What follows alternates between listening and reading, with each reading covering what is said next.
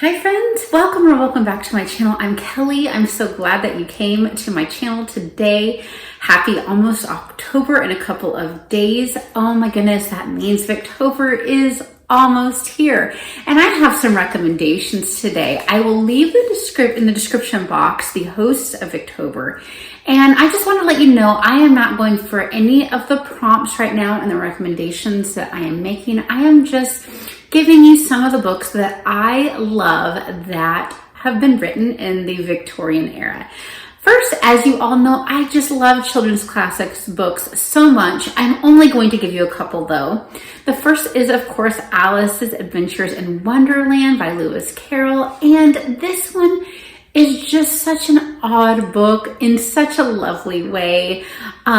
Just the adventures that Alice has always just makes me so excited and happy. I did not like the sequel Through the Looking Glass in the same way. But this first book, it just did it for me. Another one that I'm going to recommend is Robert Louis Stevenson's Treasure Island. I think that this is just the ultimate adventure book for kids. You have pirates, but you also have just this sense of morality that is being questioned. And I think it's good for kids to kind of develop that sense of morality while they are reading. Of course, in our family, the most important book of morality is the Word of God, the Bible, because we are Christians. But I think children of any faith will benefit from reading works of fiction and working through what they believe as the characters go through different situations. All right, I am going to talk about some Bronte sisters now. I think they are synonymous with the Victorian age of writing and what talented ladies they were. My favorite Bronte book is Jane Eyre by Charlotte, and I love Jane's moral fiber.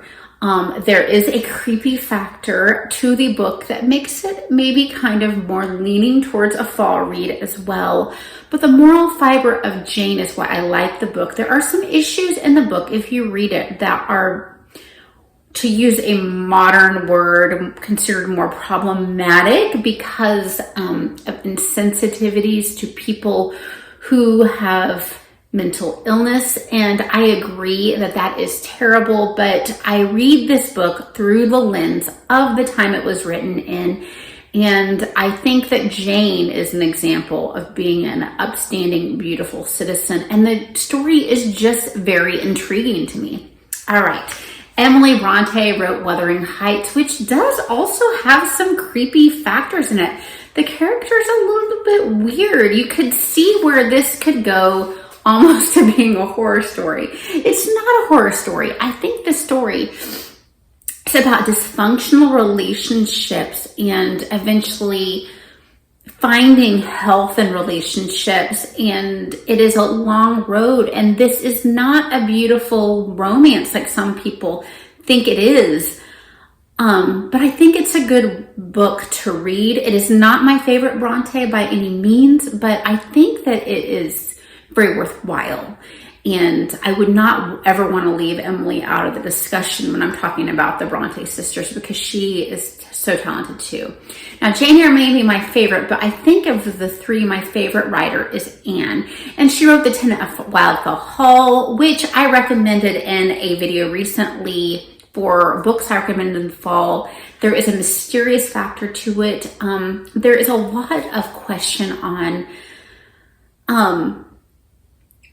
when to stay and when to go. What is your duty? It's very interesting. And I don't know if we get 100% an answer to this, but at least it gets us questioning.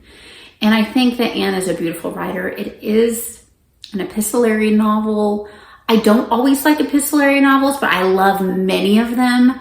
So if you are one that does not like epistolary novels, I've heard that many that typically don't actually still like this novel. And Agnes Grey by Anne. This is one that I recently read. I had not ever read it before. Chrissy from Chrissy's Purple Library and I read this. And it's about a governess And you see the wrong and the right way to raise children. You see Agnes come from a beautiful family that's not perfect, but functions well. And she goes into the other families. Lots of dealing with the issue of classes. And I think that is a common theme in a lot of Victorian writing, the question of classes and the superiority of the upper class versus the lower class, and the realization that we are just all people. All right, Dickens, you cannot talk about Victorian novels without talking about Dickens. Now, I do have a video I made a long time ago about where I recommend you start with Dickens. Now, A Christmas Carol is where I definitely think is the easiest to start because we're all familiar in a way with that story, but it may not be a book you want to read in October. So I would say that a great place to start would be Oliver Twist, because we also are kind of familiar with that story, and it's such a great story about a child coming out of a bad situation, and we have morality too. Now, there are some Dickens that do have a creepy factors to them. I would say that A Tale of Two Cities, it is a historical fiction, so those are true stories, so I wouldn't get a gleeful sense of satisfaction of the creepy, but the self-sacrifice of the story really warms my heart, and I am a sucker for historical fiction anyway. And then Nicholas Nickleby. I read this last Victober with Dia from Novel Idea, and it was my second read through, but I've forgotten pretty much everything about it except the way it had made me feel. And this story, you have a beautiful family unit as well.